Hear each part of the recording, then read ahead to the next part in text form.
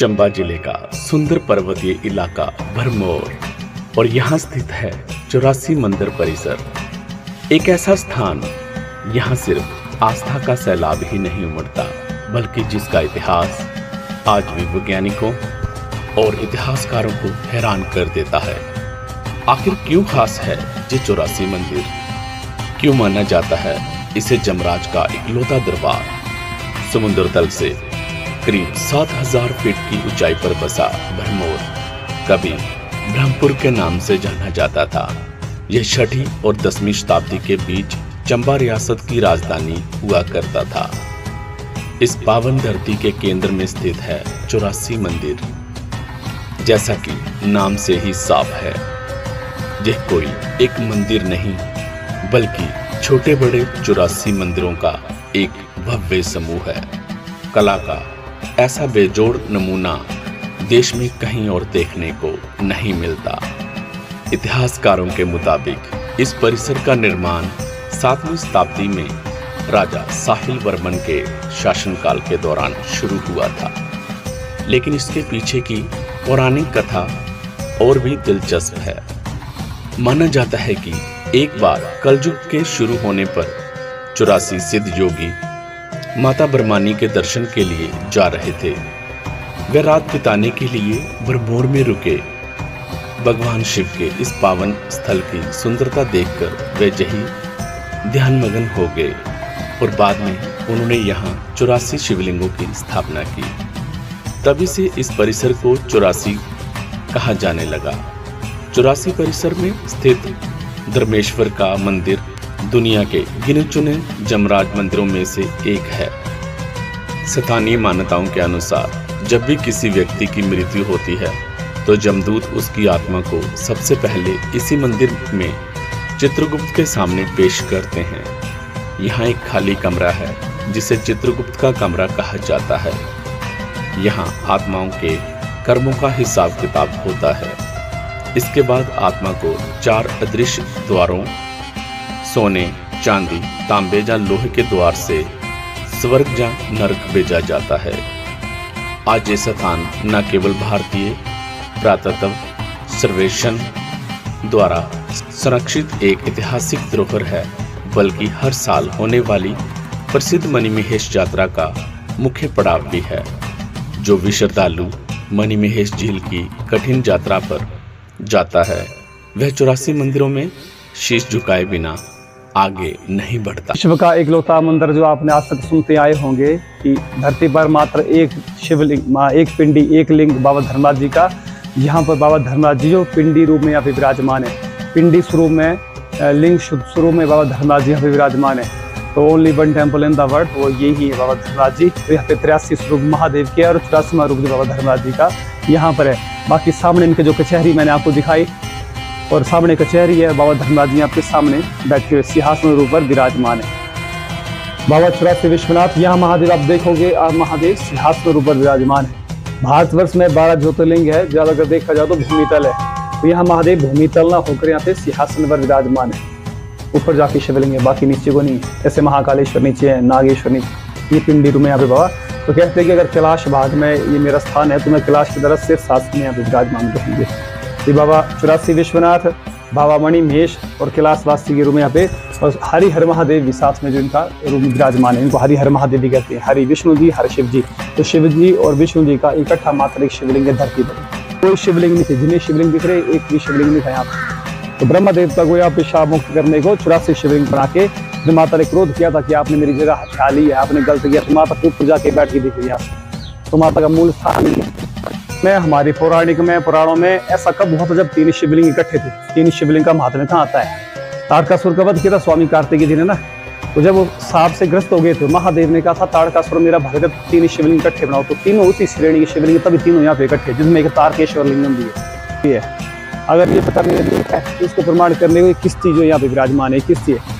तो गौ माता की पूंछ पकड़ के इस बैतरणी को पार करते हैं, या फिर इस किस्ती पर बैठकर जो बैतरणी को पार करते हैं। ये किस्ती उसको मिलेगी जो नारायण का परम भक्त होगा। बाकी सर्वसाधारण भूत को यहाँ पे गौदान करके, काम देने पूजन करके इस बैतरणी को पार करते हैं। ये जो अक्षर लिखे ना जो है,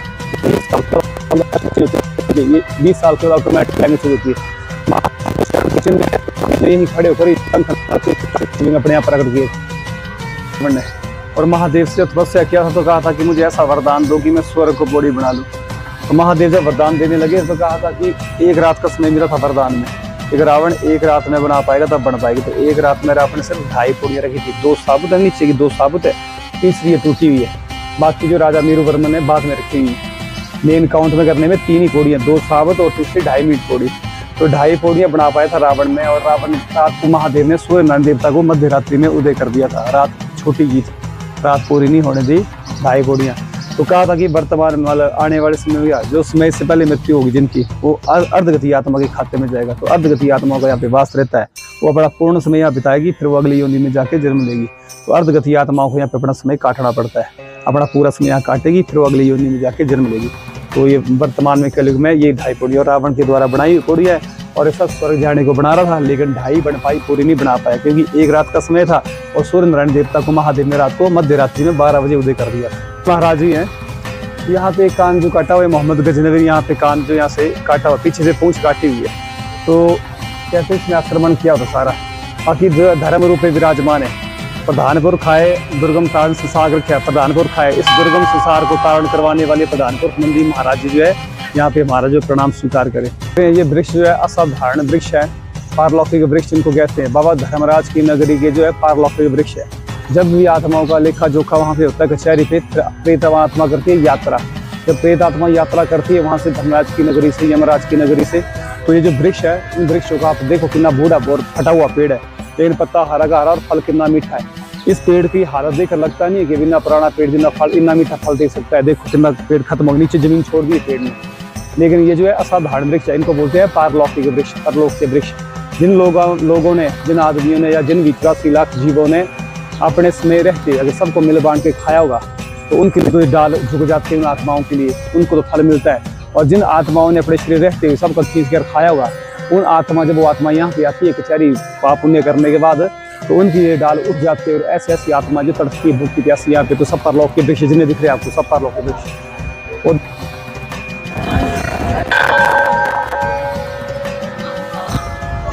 ये रानी की कचहरी है, सबसे बड़ी कचहरी है।